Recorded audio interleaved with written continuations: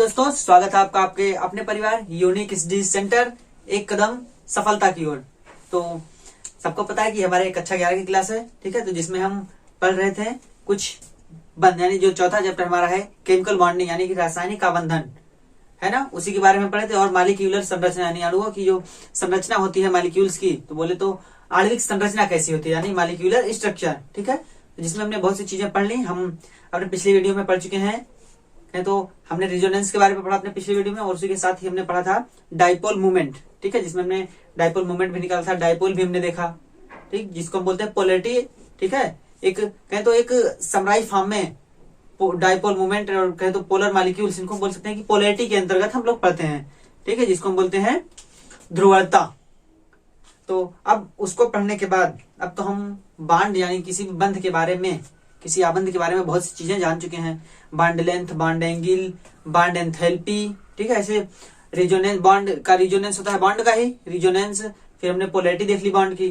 तो अब इन सबको पढ़ने के बाद अब हम चलते हैं कि हमारे जो मॉलिक्यूल्स पाए जाते हैं नेचर में, जिनको हम अपने रसायन विज्ञान में पढ़ते हैं, उनकी शेप कहें तो उनका शेप किस तरीके का होता है या आकृति किस तरीके की होती है, कौन सा मॉलिक्यूल किस प्रकार का शेप रखता है, कौन सा मॉलिक्यूल किस प्रकार का शेप रखता है। जैसे बात करें तो एक कॉमन एग्जांपल हमारा होता है, यानी कॉमन सा हम देखते हैं CH4 को, यानी मेथेन, इसको मेथेन बोलते हैं ना।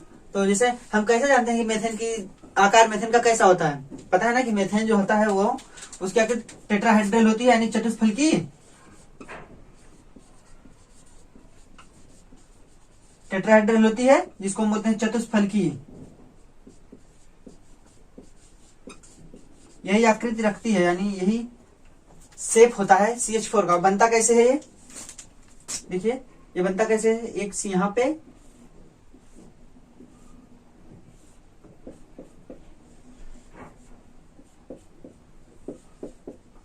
ये शेप होता है इसका, यानी कि CH4 का शेप लगभग इस तरीके का होता है, ठीक है। जिसमें इन बांडों के बीच की एंगल जो होता है वो होता है 109.5 डिग्री, यानी 109.5 अंश ये एंगल होती है।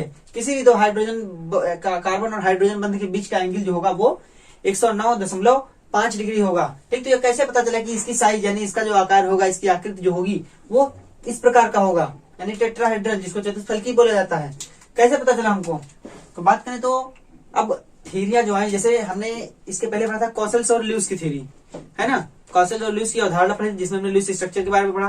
तो वहां पे हमने देखा कि जो उनकी थ्योरी थी वो किसी मॉलिक्यूल की शेप यानी किसी मॉलिक्यूल की आकृति के बारे में नहीं बता पा रही थी, वो सिर्फ स्ट्रक्चर बता रहे थे कि हाँ इस तरीके से बॉन्ड बनाएगा।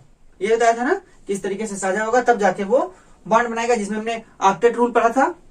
तो हमने ये भी देखा था कि ये उसकी कमी थी, यानी तो लिमिटेशंस में हमने देखा था कि कॉसेल्स और ल्यूस या कहे तो ऑक्टेट रूल की कमी थी कि वो किसी मॉलिक्यूल की शेप के बारे में नहीं बता पा रहा था, शेप मतलब किसी मॉलिक्यूल की आकृति के बारे में नहीं बता पा रहा था, है ना। तो उसी के बाद जब वो थ्योरी फेल हुई तो बात करें तो एक थ्योरी आई जिसका नाम है the valence shell electron pair repulsion theory, ठीक है। ये थ्योरी आई किसके लिए, उस मॉलिक्यूल जिन मॉलिक्यूल्स का ज्ञात तो मॉलिक्यूल्स थे लेकिन उनकी शेप या कहे तो जिनकी आकृति के बारे में नहीं पता था, तो उन मॉलिक्यूल्स की आकृतियों को बताने के लिए ये थ्योरी दी गई, ठीक है, यानी वैज्ञानिकों ने ये थ्योरी दी। तो बात करें पहले बता दो कि ये थ्योरी भी परमानेंट कहे तो हर समय के लिए यूनिवर्सल नहीं रही, ठीक है। कुछ ऐसे मॉलिक्यूल्स भी मिले जहां पे ये उसकी व्याख्या यानी उस मॉलिक्यूल्स की आकृति के बारे में, शेप के बारे में नहीं बता पाया, ठीक है। तो पहले हम इस थ्योरी को पढ़ लेते हैं कि यह थ्योरी यानी ये सिद्धांत कहता क्या है, ठीक। तो बात करें तो सबसे पहले देखिए इस थ्योरी का नाम है the valence shell electron pair repulsion theory, ठीक है, यानी संयोजकता कोष इलेक्ट्रॉन युग्म प्रतिकर्षण सिद्धांत। इसी को बात करें तो शॉर्ट में एक नाम दे दिया जाता है, क्या, वेस्पर थ्योरी। आप लोगों ने नाम सुना होगा, देखिए इसको नाम दिया जाता है वेस्पर थ्योरी,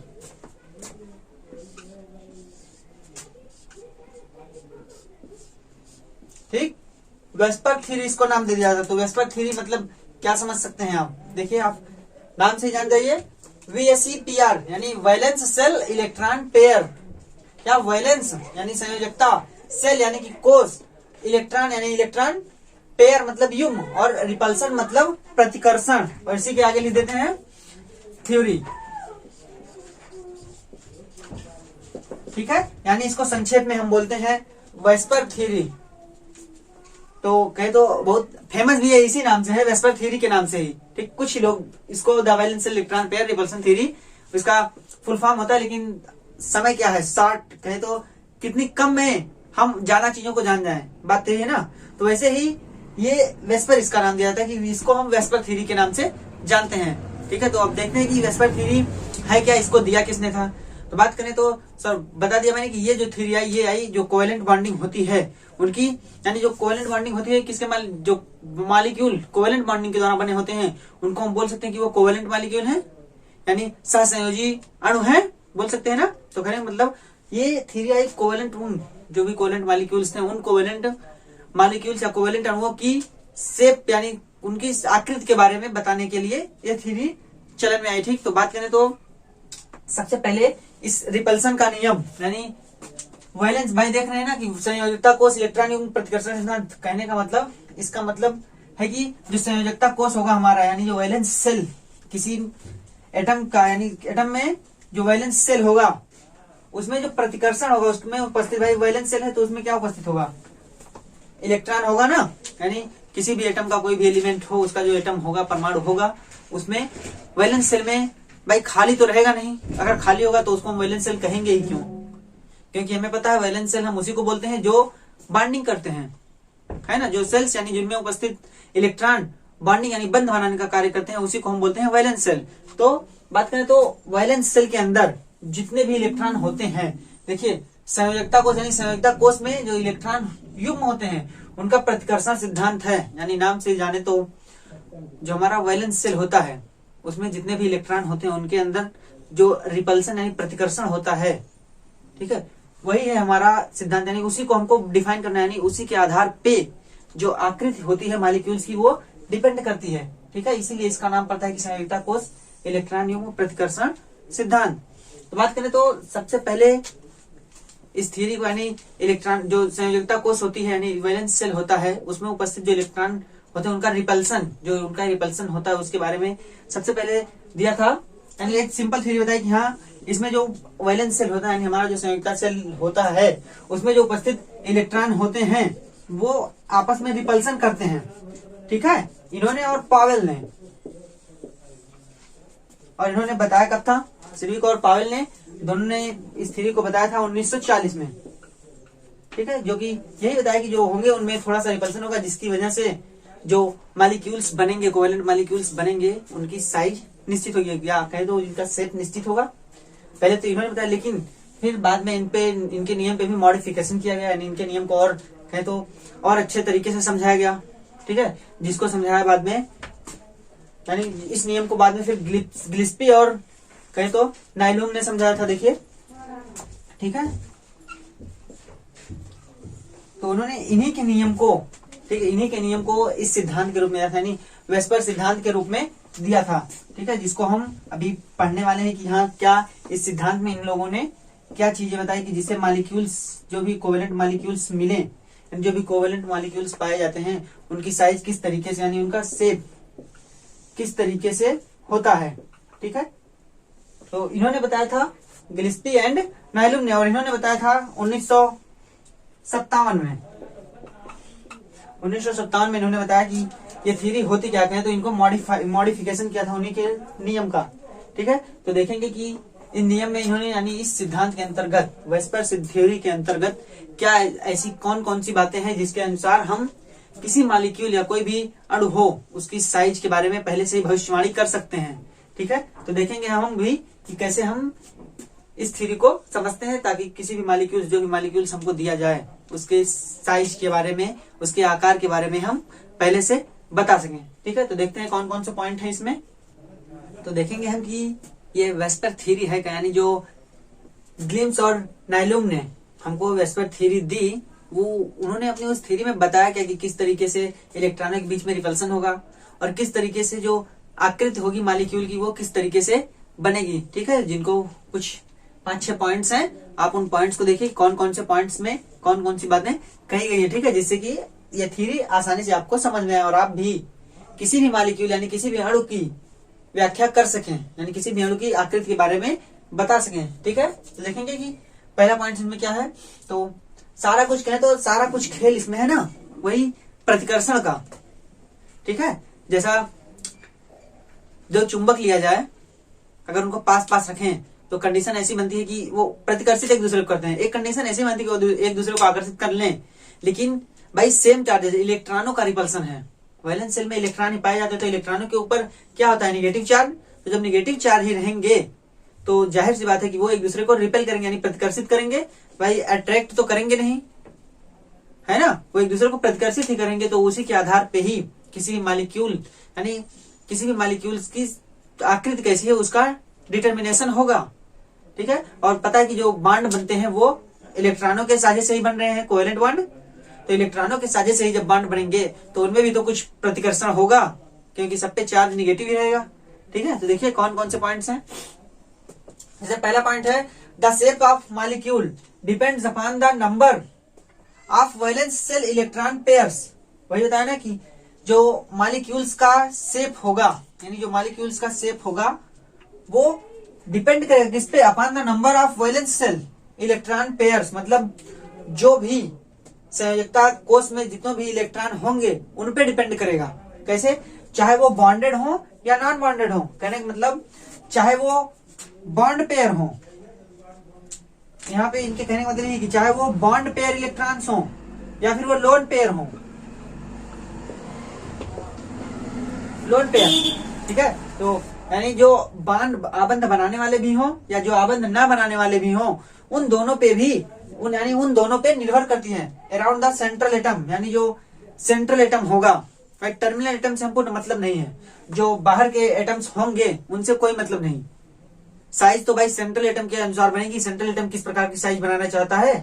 ठीक है, तो वही कि ये सेंट्रल एटम के लिए है कि जो सेंट्रल एटम में के वैलेंस शेल में जो भी इलेक्ट्रॉन होंगे, चाहे वो बॉन्डिंग करते हो या बॉन्डिंग ना करते हो, उन दोनों के कारण जो मॉलिक्यूल की साइज बनेगी उस पर फर्क पड़ेगा। यानी मॉलिक्यूल का जो शेप होगा, आकृति, वो फर्क डालेंगे उस पर। ठीक है, पहले पॉइंट्स में इन्होंने यही बताया है।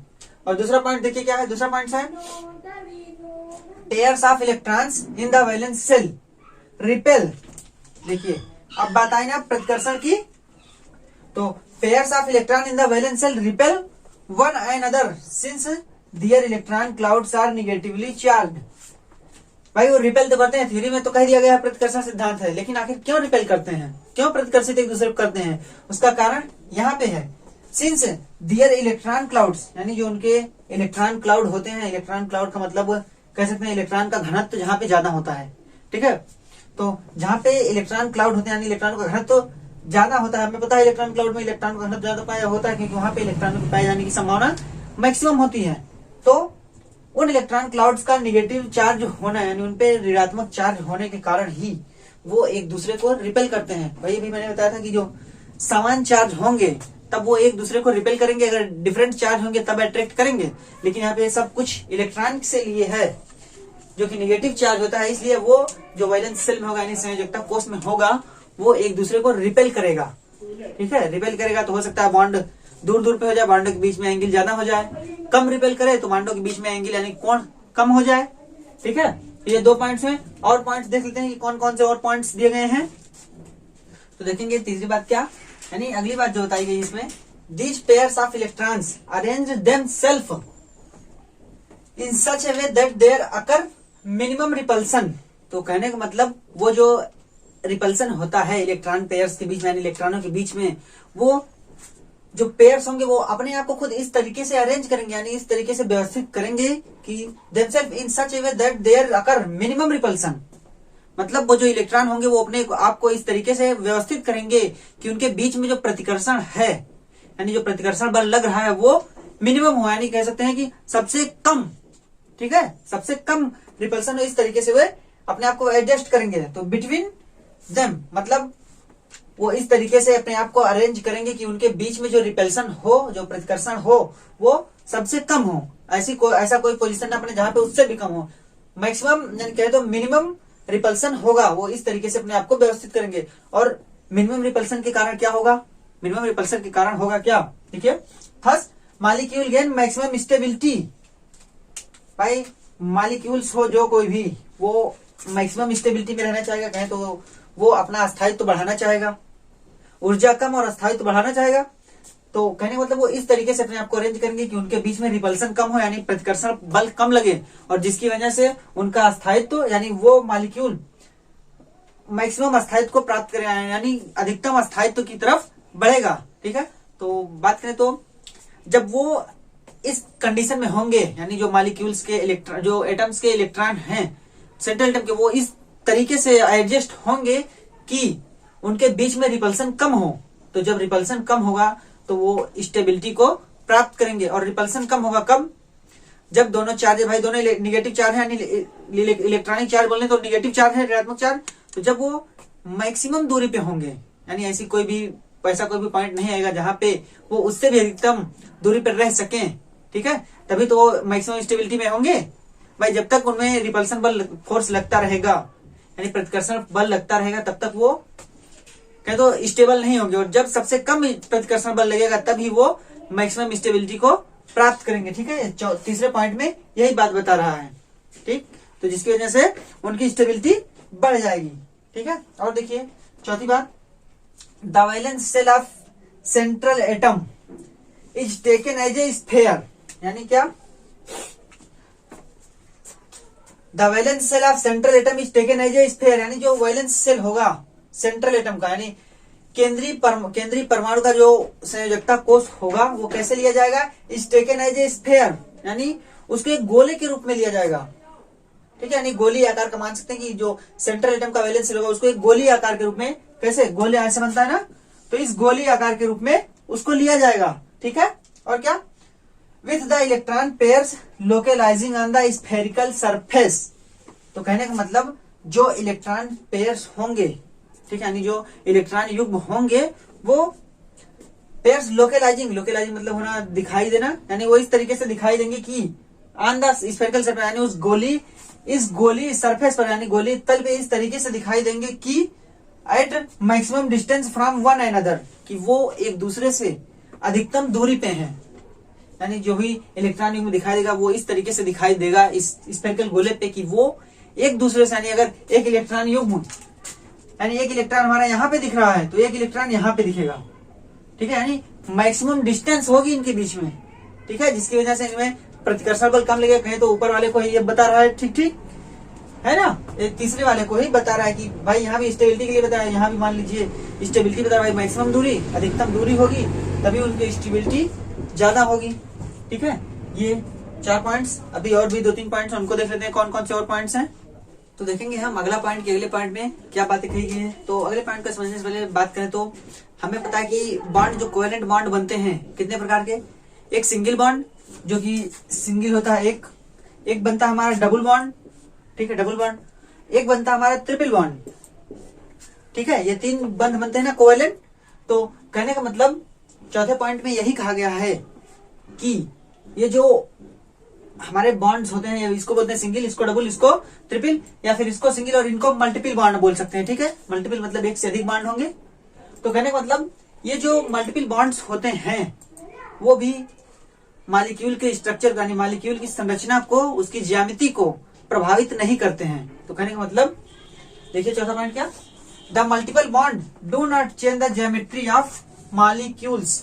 मतलब जो मल्टीपल बॉन्ड्स होते हैं, यानी डबल बॉन्ड, ट्रिपल बॉन्ड, वो उस अणु की ज्यामिति को प्रभावित नहीं करते। कहने का मतलब वो उस अणु की जो ज्यामिति होती है उसको चेंज नहीं करते, बदलते नहीं है। यानी अगर सिंगल बॉन्ड ही बने तो भी जो आकृति, यानी तो जो ज्यामिति होगी उस मॉलिक्यूल की, सेम वही ज्यामिति होगी जब वहां पे डबल बॉन्ड और ट्रिपल बॉन्ड बनेंगे। ठीक है, तो जैसे बात करें और मान लिया जाता है इसको, ये भाई पता है ना साझे के रूप में बनता है। ठीक है, एक इलेक्ट्रॉन इसका, एक इलेक्ट्रॉन उसका, यानी 2 इलेक्ट्रॉनों का साझा होता है, तो इसको बोलते हैं इलेक्ट्रॉन पेयर। ठीक है, और इसी तरीके से जो ये साझे होते हैं, यानी यहाँ पे 2-2 इलेक्ट्रॉन का साझा, 4 इलेक्ट्रॉनों की साझे है टोटल, यहाँ पे 6 इलेक्ट्रॉनों के साझे, इनको कहा जाएगा सिंगल सुपर, बोलते हैं इनको सिंगल सुपर पेयर। मतलब ठीक है, सिंगल सुपर पेयर इसको बोल दिया जाता है, इसलिए इसको सिंगल नाम दे दिया, सिंगल ही है, सुपर पेयर है बस। ठीक है, या सुपर युग्म बोल सकते हैं उसको, सिंगल सुपर युग्म, या कहें तो एकल सुपर युग्म। ठीक है, ठीक है, तो इन मल्टीपल बॉन्ड्स को बोलते हैं सिंगल सुपर पेयर। ठीक है, यानी एकल सुपर युग्म। तो ये पांचवी बात थी। ठीक, और अगली बात और कहें तो लास्ट बात देखें तो क्या है, the repulsive interaction of electron pairs decreases in the order. मतलब जो रिपल्सिव इंटरेक्शन होगा यानी प्रतिकर्षण प्रभाव या कहें तो प्रतिकर्षण होगा ऑफ इलेक्ट्रॉन यानी उन इलेक्ट्रॉन पेयर्स का जो प्रतिकर्षण होगा वो किस ऑर्डर में, डिक्रीज इन दी ऑर्डर, मतलब इस ऑर्डर में वो डिक्रीज करेगा। भाई हमको पता है इलेक्ट्रॉन के अंदर यानी जो वैलेंस सेल होता है उसमें किस प्रकार से इलेक्ट्रॉन पाए जाते हैं, एक पाया जाता है हमारा लोन पेयर और एक पाया जाता है हमारा बॉन्ड पेयर पाया जाता है ना। तो कहने मतलब जो रिपल्सन होगा भाई लोन पेयर का भी रिपल्सन होगा, बॉन्ड पेयर का भी रिपल्सन होगा और लोन पेयर बॉन्ड पेयर का भी रिपल्सन हो सकता है। तो कहने मतलब आपस में रिपल्सन होगा, एक से अधिक लोन पेयर हुए तो लोन पेयर रिपल्सन होगा लोन पेयर का लोन पेयर से।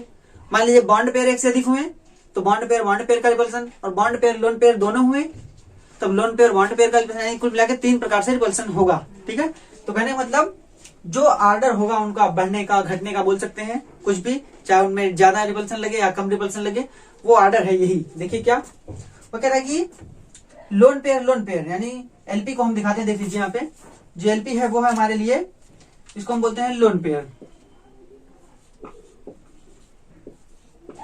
लोन पेयर कौन से होते हैं, लोन पेयर होते हैं जो इलेक्ट्रॉन यानी बंध बनाने में भाग नहीं देते हैं। ठीक है, उनको बोलते हैं लोन पेयर। और बीपी को हम बोलते हैं बॉन्ड पेयर, यानी ऐसे इलेक्ट्रॉन युग्म जो बॉन्डिंग करते हैं यानी जो आबंध बनाते हैं।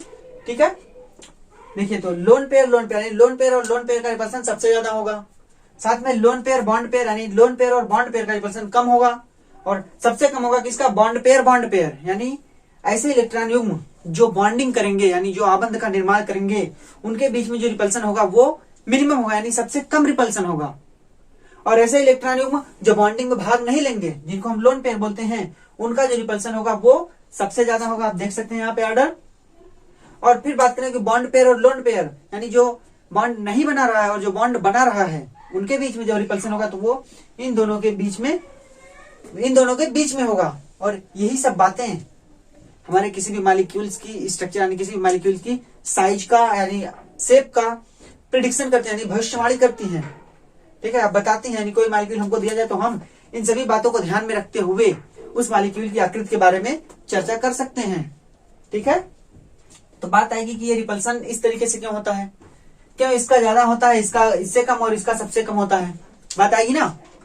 तो बात करें तो ऐसा इसलिए होता है क्योंकि हमको पता है, जैसे हम एक मॉलिक्यूल बनाए तो अभी देखिए ये हो गया ना लोन पेयर और loan pair bond pair.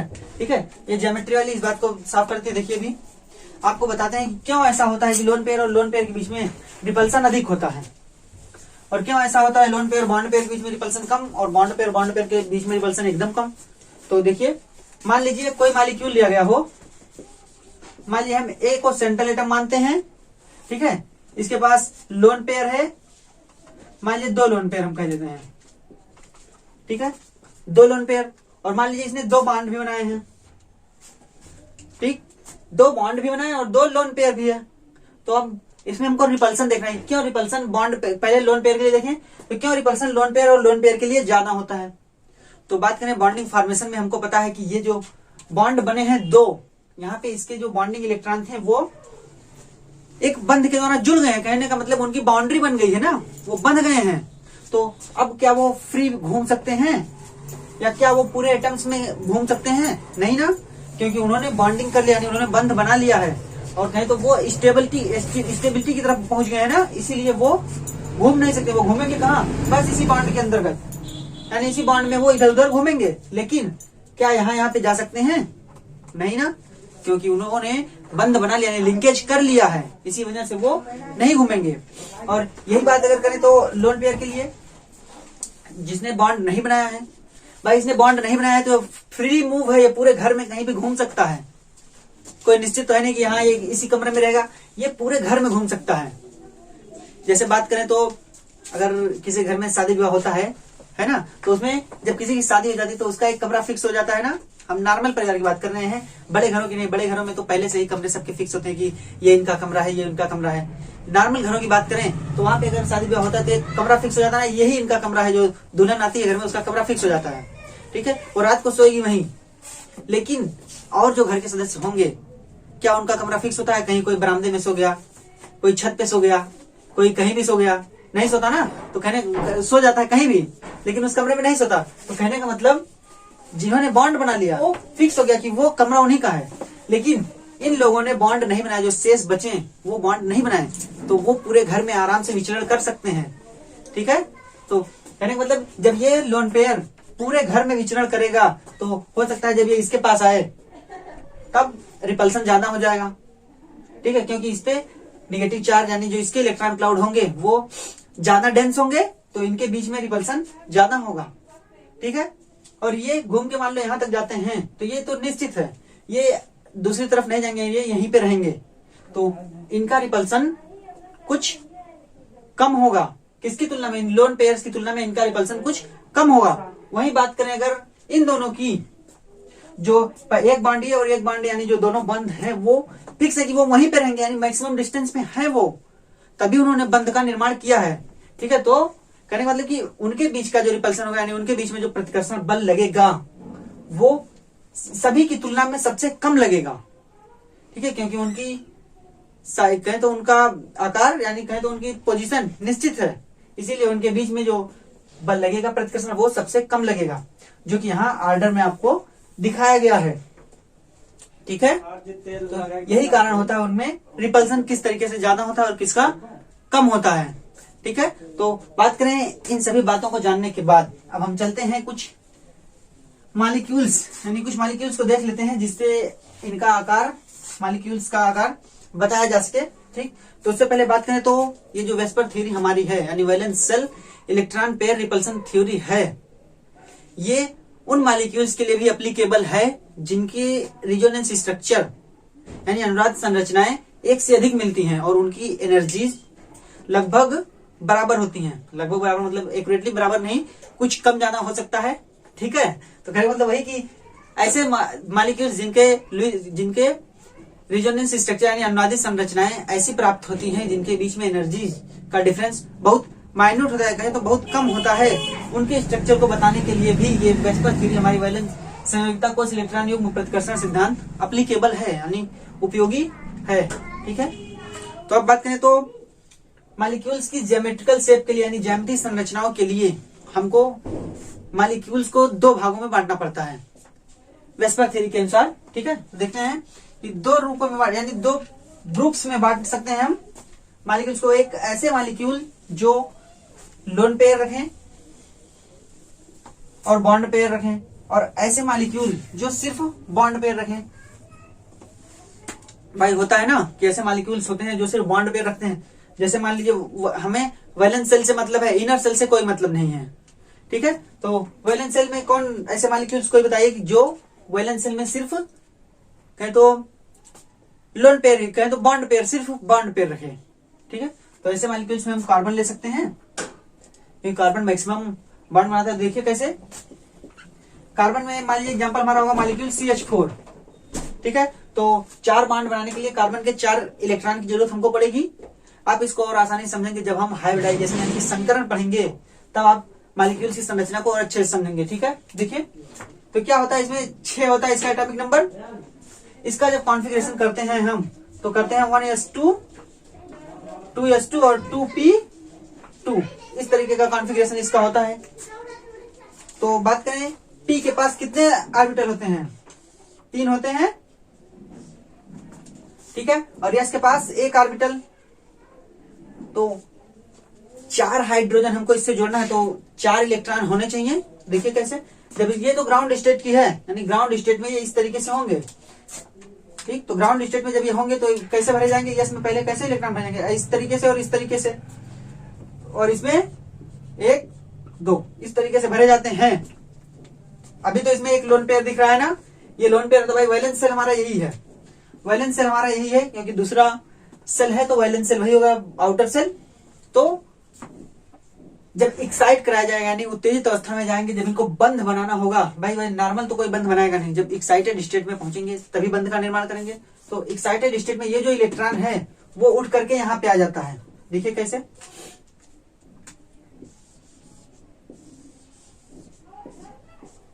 Excited state के केस में ये वाला इलेक्ट्रॉन उठ करके यहाँ पे चला जाएगा, तब ये देखिए किस तरीके से हो जाएंगे, ये हुआ ना। तो कहें मतलब अब इस केस में क्या इसके पास कोई लोन पेयर है? नहीं है लोन पेयर, सब बॉन्ड पेयर हैं। तो कह सकते हैं कि वेस्पर थ्योरी के अनुसार मॉलिक्यूल्स की संरचना को बताने के लिए, अब यहीं पे अगर बात करें ऐसे मॉलिक्यूल जो लोन पेयर रखें और बॉन्ड पेयर दोनों रखें, तो उनमें मान लीजिए हमारा होता है नाइट्रोजन, ठीक है।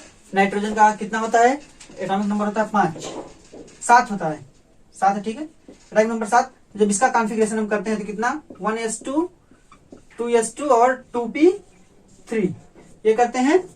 तो क्या इसमें सभी बॉन्ड पेयर हैं? इसमें एक लोन पेयर भी बचेगा, ये क्यों देख लीजिए, 1 2 और 3 ये हुआ, 3 बने। पी में 3 सेल होते, पी सब सेल में 3 ऑर्बिटल होते हैं। जब इसमें इलेक्ट्रॉन भरे जाएंगे, देखिए यस में 2 है पहले से, इसमें 3 ये हुआ ना। तो मान लीजिए ये ग्राउंड स्टेट है ही, लेकिन अगर इसको इस टाइटेड स्टेट में करेंगे यानी उत्तेजित अवस्था में करेंगे तो ये इलेक्ट्रॉन क्या निकल के यहाँ पे जाएगा? भाई जब इसके पास तीसरा सेल ही नहीं है यानी तीसरा कोष नहीं है तो इलेक्ट्रॉन जाएगा कहाँ? क्यों उत्तेजित होगा electron?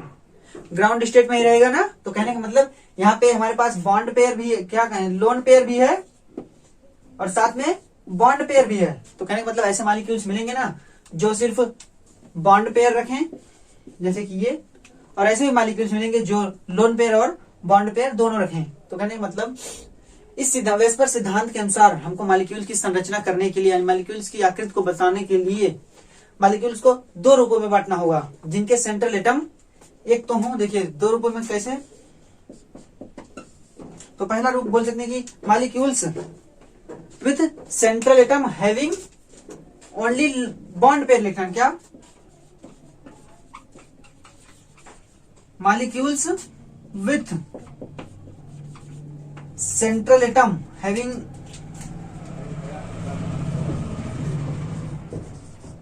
With central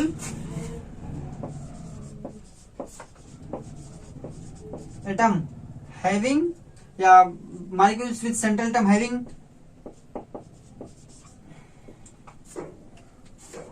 only bond pair electron, having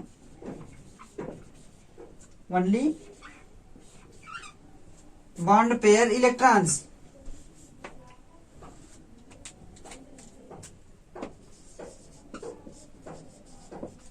ठीक है, एक मॉलिक्यूल्स ऐसे होंगे जो सिर्फ बॉन्ड पेयर इलेक्ट्रॉन्स को रख रहे हैं। और बात करें तो अगला टाइप में जो होगा, यानी अगला जो टाइप होगा मॉलिक्यूल्स के लिए, वो ऐसे हो जाए जो लोन पेयर और बॉन्ड पेयर दोनों रखें।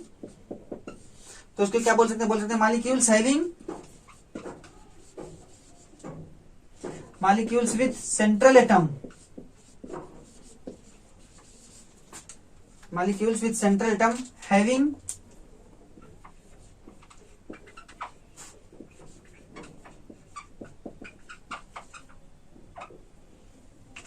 बोथ पेयर्स बोल सकते हैं, हैविंग बोथ, या कहें तो both lone pair and bond pair electrons. और ये इलेक्ट्रॉन्स होंगे कहाँ? उस सेंट्रल एटम में ये इलेक्ट्रॉन होंगे कहाँ? उसके वैलेंस सेल में, ठीक है। यानी एक लोन पेयर और बॉन्ड पेयर के साथ और एक सिर्फ बॉन्ड पेयर। बॉन्ड पेयर मतलब कार्बन को आप समझ सकते हो, लोन पेयर बॉन्ड पेयर के लिए आप नाइट्रोजन का एग्जांपल ले सकते हैं, ठीक है। तो इन 2 रूपों में मॉलिक्यूल्स को बांटा जाता है कि जिसके अनुसार ही हम मॉलिक्यूल्स की आकृति के बारे में कुछ बता पाते हैं, ठीक है। ये बातें हैं। अब देख लेते हैं किस प्रकार से मॉलिक्यूल्स की साइज होती है, कब कितने बॉन्ड पेयर हो या कितने लोन पेयर हो तब मॉलिक्यूल की साइज किस प्रकार से होगी, मॉलिक्यूल का शेप, उसकी आकृति किस प्रकार से होगी, कब, जब लोन पेयर की संख्या कितनी हो और लोन बॉन्ड पेयर की भी संख्या दी गई हो। तो देखेंगे हम दोनों टाइप के मॉलिक्यूल्स की किस तरीके से मॉलिक्यूल्स का शेप होता है। ऐसे मॉलिक्यूल्स जो लोन पेयर नहीं रखते हैं और ऐसे मॉलिक्यूल्स जो लोन पेयर और बॉन्ड पेयर दोनों रखते हैं। तो बात करें सबसे पहले हम यहाँ पे मॉलिक्यूल्स, ऐसे मॉलिक्यूल्स की बात करते हैं जिनमें जो लोन पेयर है वो 0 है, यानी कि इनके पास एक भी लोन पेयर नहीं है, ठीक है। किसमें? इन पूरे में, किसी में भी एक भी लोन पेयर नहीं होगा, ठीक है। देखिए कैसे, तो अब ये मॉलिक्यूल्स कैसे रहेंगे? कहने का मतलब ये जो मॉलिक्यूल्स होते हैं वो रेगुलर ज्योमेट्री रखते हैं। रेगुलर मतलब बोल सकते हैं एक निश्चित उनकी संरचना यही होती है जिनके पास लोन पेयर नहीं होते हैं। लेकिन जो लोन पेयर युक्त या कहे तो इलेक्ट्रॉन युग्म मॉलिक्यूल होते हैं, ठीक है, इलेक्ट्रॉन युग्म जिनके पास होता है वो इरेगुलर मॉलिक्यूल कहते हैं, या कहें तो उनका संरचना उनकी ज्योमेट्री होती है वो इरेगुलर होती है। नॉर्मल ज्योमेट्री ना होकर के कुछ भिन्नता होती है उसमें, उसको डिस्टॉर्टेड भी बोल सकते हैं, यानी बिगड़ी हुई आकृति होती है जिनके पास लोन पेयर होता है। लेकिन जिनके पास लोन पेयर नहीं होता उनकी आकृति अच्छी होती है, उनकी आकृति बिगड़ी हुई नहीं होती, जो होनी चाहिए रेगुलर ज्योमेट्री वही होती है। ठीक है, देखिए कौन कौन से मॉलिक्यूल होते हैं।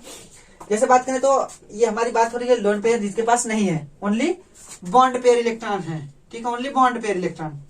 ठीक है, देखिए इनमें कितने प्रकार के मॉलिक्यूल पाए जाते हैं, जैसे AB2 टाइप, ए सेंट्रल एटम और बी है टर्मिनल एटम। AB3 टाइप पाया जाता है, ए सेंट्रल एटम है सब में। AB4 पाया जाता है, AB5 टाइप, AB6 टाइप। ठीक, तो कहने मतलब इन सभी के पास लोन पेयर एक भी नहीं है। ठीक है, तो क्या होगा, इनकी आकृति बनेगी लीनियर, यानी जो AB2 टाइप मॉलिक्यूल होगा उसकी आकृति होगी लीनियर, जिसका एग्जांपल आप देख सकते हैं BeCl2 यानी बेरियम क्लोराइड। तो कहने मतलब जो बेरियम क्लोराइड होगा वो इस तरीके का मॉलिक्यूल है AB2 टाइप। तो इसकी जो आकृति होगी वो कैसी होगी, लीनियर। लीनियर मतलब देखिए BeCl2 की साइज जो होगी हमारी वो इस तरीके से होगी, BeCl इधर, Cl इधर, कहने मतलब ये इस तरीके की साइज होगी BeCl2 की। और ये जो एंगल इनके बीच में होगा ये होगा 180 डिग्री। क्या 180 डिग्री यानी 180 डिग्री का एंगल इन दोनों के बीच में बनेगा। यही बॉन्ड एंगल हमने पढ़ा था।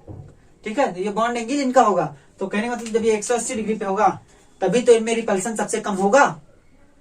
भाई 180 डिग्री का होने का क्या मतलब, इस तरीके से एकदम कि रिपल्सन जो हो एकदम कम हो। अगर इस तरीके से थोड़ा सा भी ऊपर नीचे या इधर उधर हुआ तब रिपल्सन बढ़ेगा ना, क्योंकि उनके बीच की दूरी कम होगी और यहाँ पे मैक्सिमम दूरी पे है तो इसलिए रिपल्सन सबसे कम और वो स्टेबल होगा।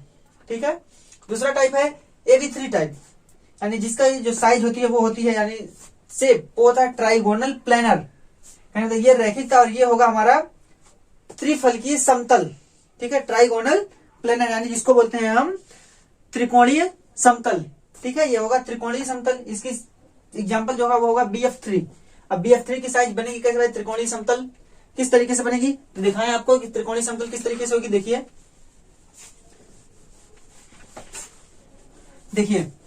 त्रिकोणीय समतल जो हमारा बनेगा BF3 के लिए, देखिए किस तरीके से, वो इस तरीके से बनेगा। भाई सेंट्रल एटम है और त्रिकोणीय समतल है तो एक ऊपर एक नीचे, भाई त्रिकोण बनना चाहिए एक यहाँ। तो ये साइज है त्रिकोणीय समतल की और समतल है, और इसके बीच में साइज कितनी, यानी एंगल जो होगा बॉन्ड एंगल वो कितनी होनी चाहिए। भाई त्रिकोणीय समतल है, एक सर्किल ले तो सर्किल के अंदर कितना कोण होता है 360 डिग्री, और ये 3 कोण है तो उसको 3 हिस्सों में बांटेंगे तो कितना आएगा, ये आएगा 120 डिग्री, यानी 120 डिग्री का कोण होता है प्रत्येक बांड के बीच में, चाहे वो बांड यहाँ का हो, चाहे यहाँ का, चाहे यहाँ का। ठीक है, यानी तीनों बांड्स के बीच में 120 डिग्री का कोण होता है। ठीक है, इसी तरीके से AB4 के लिए बात करें, टेट्राहेड्रल यानी चतुष्फल की आकृति होती है किसकी, CH4 की। CH4 है ना AB4 टाइप का, इसके पास कोई भी लोन पेयर नहीं, तो CH4 की साइज यानी CH4 का जो आकार होता है वो इस तरीके से होता है। देखिए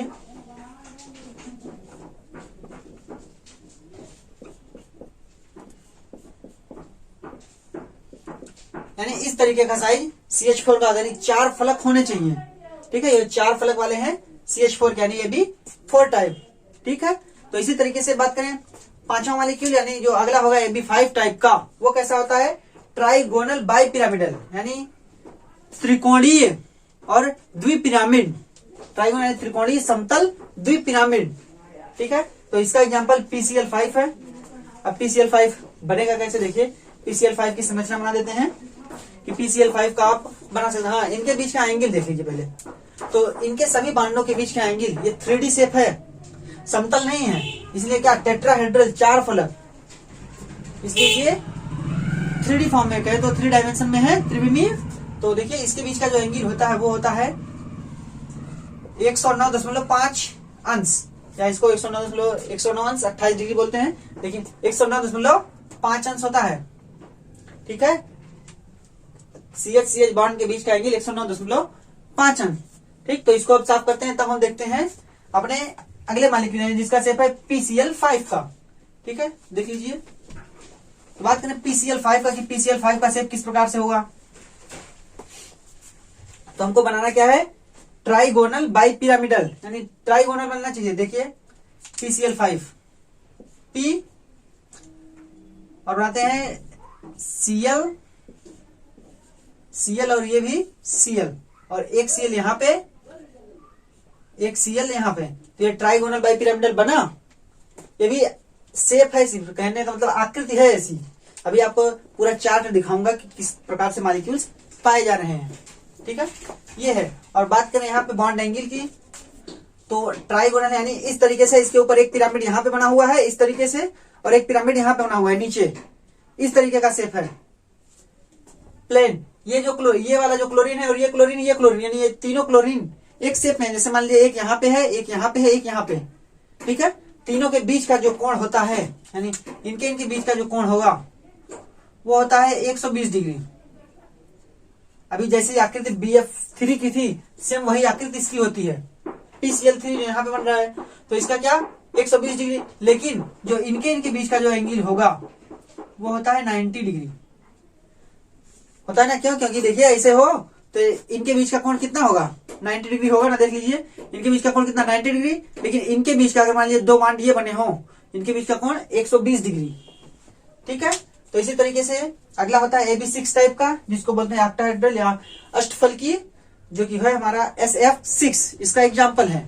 ठीक है, तो SF6 का भी शेप बनता है अष्टफलकीय। ठीक है, तो इस तरीके से ये है। अब देख लेते हैं कुछ मॉलिक्यूल जो लोन पेयर के साथ साथ बॉन्ड पेयर भी रखें। ठीक है, देखिए आप इसी में लोन पेयर के साथ साथ बॉन्ड पेयर भी वो मॉलिक्यूल रखेंगे। जैसे बात करें तो अगर हम CH4 की बात करें तो ये सिर्फ क्या रख रहा है, लोन पेयर इसके पास 0 है। लेकिन अब ऐसे मॉलिक्यूल्स के बारे में बात करेंगे जो लोन पेयर और बॉन्ड पेयर दोनों रखे, यानी दूसरे टाइप के जो हैं। तो मैंने पहले बताया जब दोनों प्रकार के होंगे, यानी लोन पेयर और बॉन्ड पेयर दोनों होंगे, तब जो हमारी संरचना बनेगी वो बनेगी डिस्टॉर्टेड, यानी कुछ बिगड़ी हुई, इररेगुलर जिसको बोलते हैं। ठीक है, तो अब इररेगुलर संरचना बनेगी। तो देख लीजिए मॉलिक्यूल्स में बात करें, मॉलिक्यूल्स देखिए, मॉलिक्यूल टाइप रहे, मॉलिक्यूल देखिए, मॉलिक्यूल की बात करें तो हम ले सकते हैं जैसे CH4 का। पहले देखिए जो हमने CH4 भी लिया था, इसकी साइज कैसी थी, टेट्राहेड्रल थी। टेट्राहेड्रल, क्या इसके पास कोई लोन पेयर था? देख लीजिए लोन पेयर इसके पास था कोई, 0 है ना, कि इसके पास लोन पेयर कोई नहीं था। इसी तरीके से हम बात करें NH3, ठीक, NH3 इसके पास पता करें तो क्या कोई लोन पेयर है? तो बात करें तो NH3 के पास एक लोन पेयर होता है, क्योंकि N की जो संरचना होती है वो होता है 7 और इसकी इलेक्ट्रॉनिक कॉन्फ़िगरेशन 1s2, 2s2 और 2p3 यही होता है। तो कहने मतलब ये एक लोन पेयर इसके पास है ना, तो इसके पास एक लोन पेयर होगा, तो इसकी जो साइज होगी, कहेंगे लोन पेयर 1 है। ठीक, वहां पे लोन पेयर की संख्या की 1 लोन पेयर है, तब इसकी जो ज्योमेट्री बनेगी वो बोलेंगे ना कि बिगड़ी हुई ज्योमेट्री बनेगी। ये बनती है हमारी पिरामिडल टाइप। पिरामिडल मतलब पिरामिड के आकार का, इस तरीके से बनता है। देखिए H और H इस तरीके की साइज बनती है, पिरामिड है ना, और एक लोन पेयर यहाँ पे होता है। ये साइज बनती है हमारी NH3 के लिए। ठीक, पिरामिड के आकार की। इसी तरीके से अगला एग्जांपल देख लेते हैं हम। मान लीजिए H2O, क्या होना चाहिए, AB2 टाइप मॉलिक्यूल है ना, तो इसमें कितने लोन पेयर होते हैं? पहले देख लीजिए ऑक्सीजन के पास, ये होता है ऑक्सीजन, इसका एटॉमिक नंबर 8, तो इलेक्ट्रॉनिक कॉन्फ़िगरेशन कितना, 1s2, 2s2 और 2p6 कितना होता है, 4 2 6 2 8, 2p4, तो 4 2 6 2 8 8 होता है। तो इसके पास लोन पेयर कितने हो जाएंगे, एक लोन पेयर यहाँ पे बनेगा और एक लोन पेयर यहाँ पे बनेगा। ठीक, क्योंकि p में 3 ऑर्बिटल तो 4 इलेक्ट्रॉन, तो एक में लोन पेयर बनेगा ना, तो कहने का मतलब इसके पास लोन पेयर कितने हैं, 2।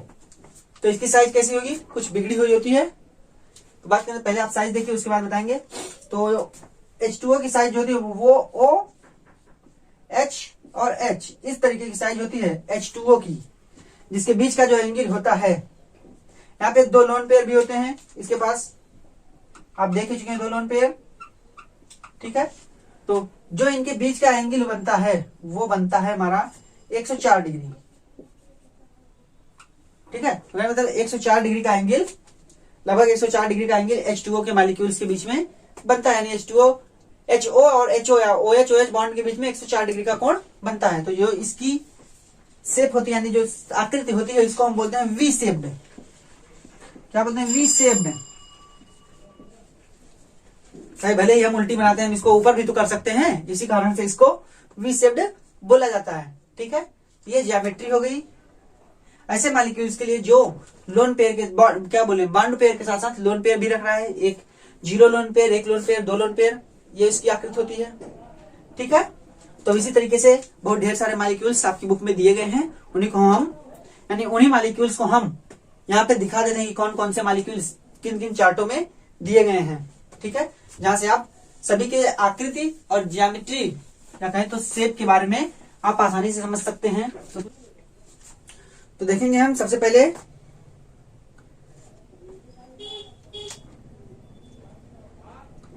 देखिए, ये पहला आप देख सकते हैं, पहला चार्ट आपके स्क्रीन पे आपको दिख रहा होगा पहला, ठीक है। तो आप इसमें देख सकते हैं कि पहला दिया गया geometry of molecules in which the central atom has no lone pair of electrons. मतलब ये ऐसे मॉलिक्यूल्स के लिए हैं, ये जो पहला चार्ट दिया गया है आपको, ऐसे मॉलिक्यूल्स के लिए जो लोन पेयर इलेक्ट्रॉन नहीं रख रहे हैं, यानी जिनके पास एक भी लोन पेयर नहीं है, ठीक है।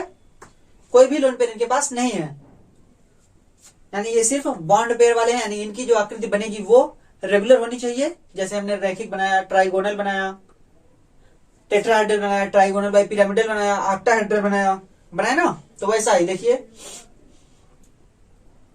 आप देख सकते हैं। अब ये चार्ट आपको दिख रहा है कि पहले एग्जांपल देखिए, पहले दिया गया है नंबर ऑफ, एक साइड बना है नंबर ऑफ इलेक्ट्रॉन पेयर, अगली साइड है अरेंजमेंट ऑफ इलेक्ट्रॉन पेयर। ये इलेक्ट्रॉन पेयर है, लोन पेयर बॉन्ड पेयर नहीं, सिर्फ इलेक्ट्रॉन पेयर। तो इलेक्ट्रॉन पेयर का मतलब इलेक्ट्रॉन बंद जिन्होंने बनाया है, यानी जिसको हम बॉन्ड पेयर बोल सकते हैं, ठीक है। और यहाँ पे देखिए मॉलिक्यूलर ज्योमेट्री, यानी उस अणु की संरचना किस प्रकार, उसकी ज्यामिति किस प्रकार से होगी, फिर उसका एग्जाम्पल दिया गया है, ठीक है। देख सकते हैं आप, पहले नंबर ऑफ इलेक्ट्रॉन पेयर 2 है, जिसकी संरचना जो बन रही है यानी अरेंजमेंट जो है वो लीनियर है ना, लीनियर, यानी इनके बीच का एंगल 180 डिग्री। जो यहाँ पे बिंदी लिखी गई है वही है इलेक्ट्रॉन युग्म, यानी बॉन्ड पेयर, ठीक है। यहाँ पे दो, जैसे लीनियर ज्योमेट्री जो है वहां पे देखिए एक को सेंट्रल एटम और साइड साइड में 2-2 बिंदी दी गई है, तो वो बता रहे कि हाँ बॉन्ड बना रहे हैं, ठीक है। तो इस तरीके से इसकी संरचना लीनियर होती है। मॉलिक्यूलर ज्योमेट्री देख सकते हैं BAB, और इसका जो एग्जांपल होता है वो BeCl2, HgCl2। इसी तरीके से देखिए नंबर ऑफ इलेक्ट्रॉन पेयर 3 है, तब जो उसका अरेंजमेंट है इलेक्ट्रॉन पेयर्स का वो बन रहा है कैसा, ट्राइगोनल प्लेनर, यानी त्रिकोणीय समतल है ना, 3 कोण बन रहे और समतल है, जिसका एग्जांपल हमने लिया था BF3। देखिए आप AB3 टाइप मॉलिक्यूल है ये, AB3 टाइप, तो एग्जांपल क्या था BF3। इसी तरीके से और भी एग्जांपल इसके बनेंगे। इसी तरीके से आप टेट्राहेड्रल देख सकते हैं, जिसमें हमने CH4 एग्जांपल लिया था, CH4 और NH4 प्लस यहाँ पे एग्जांपल दिया गया है, ठीक है। टेट्राहेड्रल के इनके बीच का डिग्री कितना है, 109.5 डिग्री। इसी तरीके से आप 5वां देख सकते हैं, जिसमें 5 इलेक्ट्रॉन पेयर हैं, यानी 5 बॉन्ड बने हैं। इलेक्ट्रॉन पेयर का मतलब आप बॉन्ड समझ सकते हैं। तो 5 बॉन्ड बने हैं, जिसमें 90 डिग्री का कोण है, किसके किसके बीच, जो पिरामिड और समतल वाले हैं उनके बीच 90 डिग्री का, और जो समतल वाले हैं उनके बीच 120 डिग्री का, यानी AB5 टाइप का है, जिसका नाम है ट्राइगोनल बाई पिरामिडल, यानी त्रिकोणीय द्विपिरामिड, यानी त्रिकोणीय द्विपिरामिड के आकार के, ठीक है। 3 कोण और 2 पिरामिड बन रहे हैं, अभी बताया था। इसका एग्जांपल PCl5 लिया गया है। और देखिए इसी तरीके से जब बॉन्ड पेयर इलेक्ट्रॉन की संख्या 6 होगी, तब जो साइज बनेगी, यानी शेप जो बनेगा, आकृति, वो होगी ऑक्टाहेड्रल, जिसको हम बोलते हैं अष्टफलकीय, ठीक है। तो इसका अरेंजमेंट है, जिसका एग्जांपल SF6 लिया गया है, ओके। ये रहा पहला चार्ट, जिसमें सिर्फ बॉन्ड पेयर थे, यानी इलेक्ट्रॉन पेयर, लोन पेयर का कोई नामो निशान नहीं था यहाँ पे। अब बात करें तो अगला चार्ट आप देख सकते हैं, यानी अगला जो साइड टेबल दिया गया है वो देखिए, जिसमें आपको सब कुछ मिल रहे हैं, यानी shape of some simple molecules या ion with central atom having 1 और more lone pairs of electron. मतलब अब यहाँ पे ये जो चार्ट आप देख रहे हैं, यहाँ पे आपको या तो 1 इलेक्ट्रॉन पेयर मिलेगा, या तो 2 इलेक्ट्रॉन पेयर मिलेगा, या उससे अधिक इलेक्ट्रॉन पेयर मिलेंगे। ठीक है, तो देखेंगे हम इलेक्ट्रॉन पेयर के साथ साथ लोन पेयर भी। ठीक है, इलेक्ट्रॉन पेयर तो होंगे, साथ में लोन पेयर भी होगा।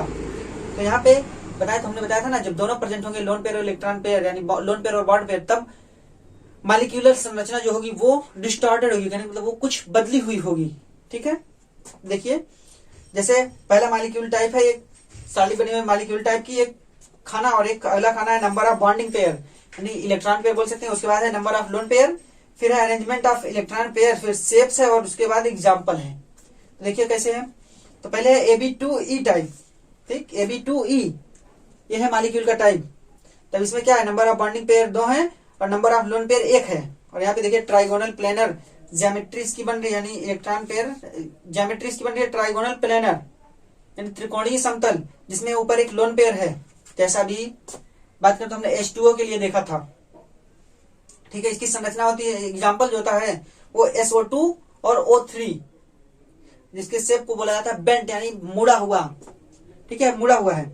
इसी तरीके से आप AB3E का देख सकते हैं, AB3E2 का देख सकते हैं, AB4E का देख सकते हैं, AB3E2 का, AB5E का, AB4E2 का। आप इस तरीके से सभी प्रकार के मॉलिक्यूल्स को देख सकते हैं जिनके पास बॉन्डिंग पेयर 2 3 2 4 2 3 5 4 जो भी है, ये इनके पास बॉन्डिंग पेयर, यानी इतने बॉन्ड बना रहे हैं। बॉन्डिंग पेयर का मतलब है कि बॉन्ड बना रहे हैं। ठीक है, और इसी तरीके से लोन पेयर देख सकते हैं, जिसके पास एक लोन पेयर है, 2 लोन पेयर है। ठीक है, और इनकी साइज भी देखिए आप हर जगह पे बदल रही है। देखिए शेप में आप देख सकते हैं, बेंट है, ट्राइगोनल पिरामिडल है, जो कि ऑक्टाहेड्रल होनी चाहिए, वो ट्राइगोनल पिरामिडल है, जिसका एग्जांपल है NH3 जो हमने बताया था, जिसमें 2 लोन पेयर है। देखिए यहाँ भी बनना चाहिए ना टेट्राहेड्रल, लेकिन 2 लोन पेयर है। आप यहां से देख सकते हैं AB2E जो लिखा गया है, वो AB2 यानी जो E है वो लोन पेयर को दिखा रहा है। क्या, लोन पेयर देख सकते हैं हर जगह पे, जहाँ पे E का जितना मान दिया गया है 2 3 4 5, वो लोन पेयर को दिखा रहा है। तो इस तरीके से सभी के शेप हैं। बेंट ये सीसा मॉडल है, यानी सीसा। ठीक, यानी सीसा शेप है किसका, SF4 का, जो कि AB4E टाइप का मॉलिक्यूल है। ठीक है,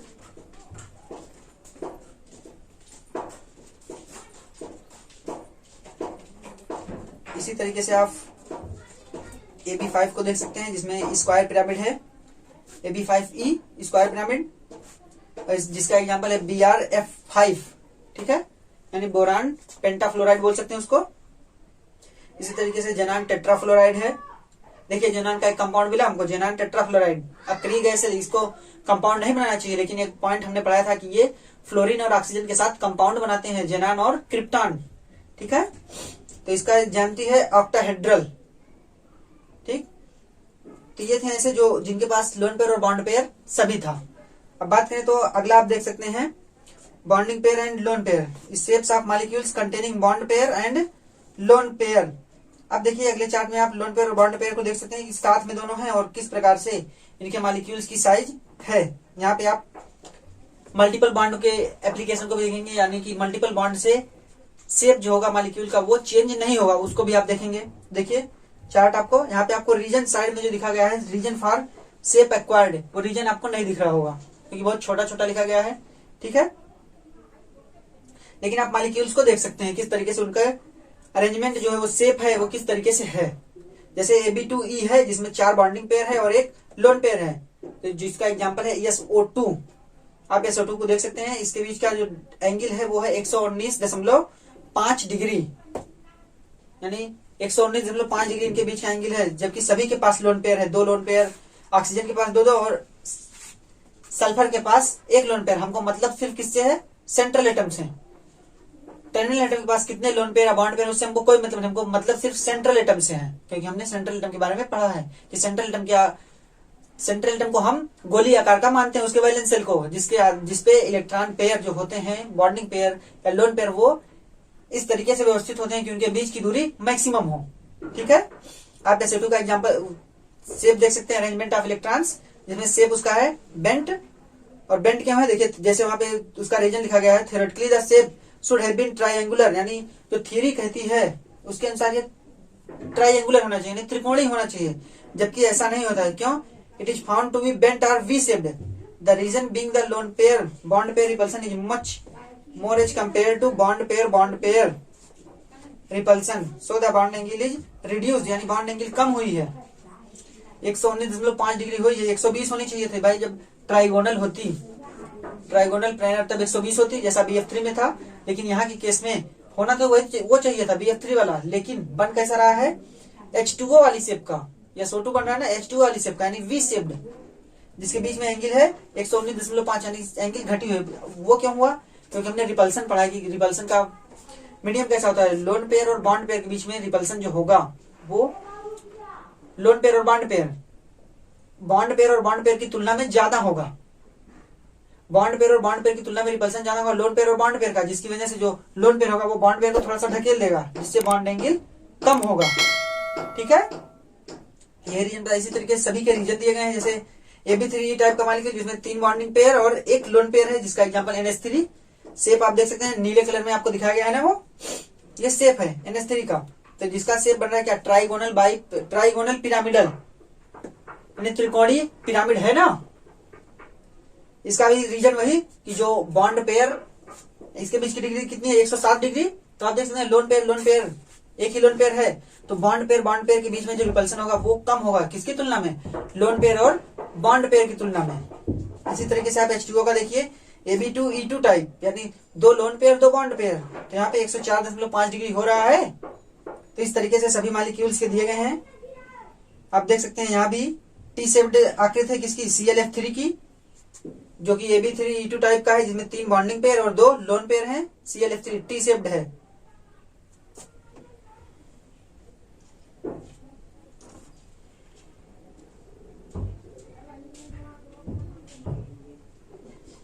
In the lone pair are at equatorial position, so there are less lone pair bond pair repulsion as compared to other in which the lone pair are at axial position. So structure is most stable T shaped. यानी आप ये 3 structure देख रहे हैं fluorine यानी ClF3 के, chlorine trifluoride के 3 structure देख रहे हैं, जिसमें से जो A वाला स्ट्रक्चर है वो मोर स्टेबल होगा। और सब में देखेंगे तो लोन पेयर बॉन्ड पेयर एक दूसरे के आसपास हैं, या कहें तो एक्सियल पोजीशन पे नहीं है। वहां पे जो साइज बननी चाहिए थी भाई ClF3 है, यहाँ पे साइज बननी चाहिए थी ट्राइगोनल बाई पिरामिडल, यानी एक समतल और 2 पिरामिड, एक ऊपर एक नीचे, इस तरीके का बनना चाहिए था, जिसपे वो जो लोन पेयर होते हैं जो पहले स्ट्रक्चर में दिखाए गए हैं वो 120 डिग्री पे होते हैं, जो कि मैक्सिमम होता। अगर लोन पेयर को हम कहीं और पे रख देते हैं तो एंगल 90 डिग्री का हो जाएगा। ठीक है, ट्राइगोनल पिरामिड में 2 एंगल होते हैं, एक 120 और एक 90 डिग्री, तो 90 डिग्री का एंगल हो जाएगा। तो जिसकी वजह से पास आने से रिपल्सन बढ़ेगा, जिससे कि वो मॉलिक्यूल अनस्टेबल होगा। और जब 120 डिग्री पे होगा तो मैक्सिमम दूरी होगी, जिससे कि मॉलिक्यूल मोर स्टेबल होगा। ठीक है, इसी कारण से टी शेप्ड स्ट्रक्चर सबसे बेस्ट माना जाता है। ठीक, बात करें तो हमारी वेस्पर थ्योरी खत्म होती है। ये पूरी बात आपने वेस्पर थ्योरी के बारे में पढ़ी कि वेस्पर थ्योरी क्या है, क्या चीज है, क्या कहती है, या किस तरीके से वेस्पर थ्योरी के अनुसार हम मॉलिक्यूल्स के ज्योमेट्री यानी मॉलिक्यूल्स की ज्यामिति को डिफाइन करते हैं, बताते हैं। इसमें हमने देखा कि किस तरीके से सेंट्रल टर्म को माना जाता है। हम सेंट्रल टर्म के वैलेंस शेल को कंसीडर करते हैं, उसमें loan pair bond pair electron होते हैं जो कि रिपल्सन करते हैं, जिसकी वजह से जो ज्यामिति होती है मॉलिक्यूल्स की वो बदलती है या नहीं बदलती है, वो इस पर डिपेंड करता है। ठीक है, हमने देखा कि जो मल्टीपल बॉन्ड होते हैं, डबल बॉन्ड, ट्रिपल बॉन्ड, वो मॉलिक्यूल की संरचना को डिफरेंट या कहें तो मॉलिक्यूल की संरचना को चेंज नहीं करते हैं, उनको सिंगल बॉन्ड ही मान लिया जाता है। ठीक, इस तरीके से हमने देखा लोन पेयर का रिपल्सन सबसे ज्यादा, उसकी तुलना में लोन पेयर बॉन्ड पेयर का उससे कम, और बॉन्ड पेयर का रिपल्सन सबसे कम होता है। ठीक है, तो इस तरीके से हमने सभी मॉलिक्यूल्स के लिए स्ट्रक्चर भी देख लिए। तो उम्मीद करते हैं कि आपको ये वीडियो अच्छी लगी होगी और आपको वेस्पर थ्योरी की एक एक बात अच्छे से समझ में आई होगी। ठीक है, तो चलिए, अगर आपको वीडियो अच्छी लगी तो आप वीडियो को लाइक कीजिए। अगर आप हमारे चैनल पर नए हो तो चैनल को सब्सक्राइब कीजिए और वीडियो को ज्यादा से ज्यादा शेयर कीजिए। ठीक है, तो चलिए मिलते हैं अपने अगले वीडियो में, तब तक के लिए धन्यवाद।